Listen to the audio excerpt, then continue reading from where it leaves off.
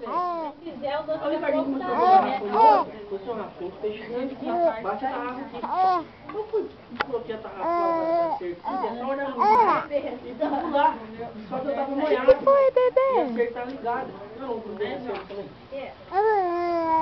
Não, e pior que eu tirei lá passado pro outro lado. Tira a mão da boca. Eu achei no relógio. Olha que perna mais gostosa. Que pernoca gostosa.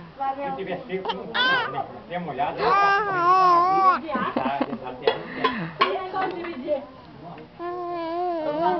Cada um comer uma parte. Molhado. Gruda, hein? Gruda é pior porque não joga. É pior que não joga. Então, Joga, você faz todo. Agora não der não, porque agora morreu o dedo. Tem gruda, já joga pra dar um soco no trampo. Ó, o pai tava mexendo nessa daqui. Vai ter na bunda dela.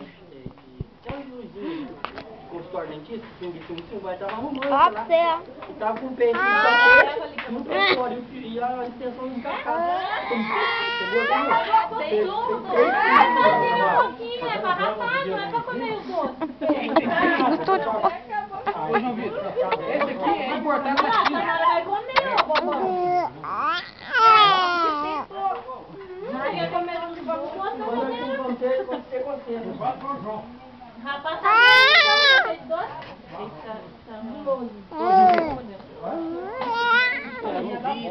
Como é que gruda isso aqui mesmo? Da bola ser redonda, se a bola for quadrada igual o que tem, não dá uns problemas. Ele sai? Não vi. Aqui, ó, rapa aqui, ó. Tem um monte aqui ainda. Sei. É, se a bola tem, Dedê, se a bola fosse quadrada, não dá uns problemas. Não. E a bola?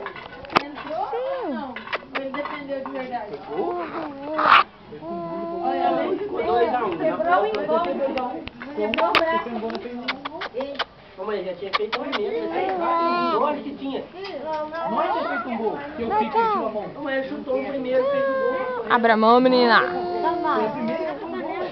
Faltava só um chute e ele... É lógico, mas...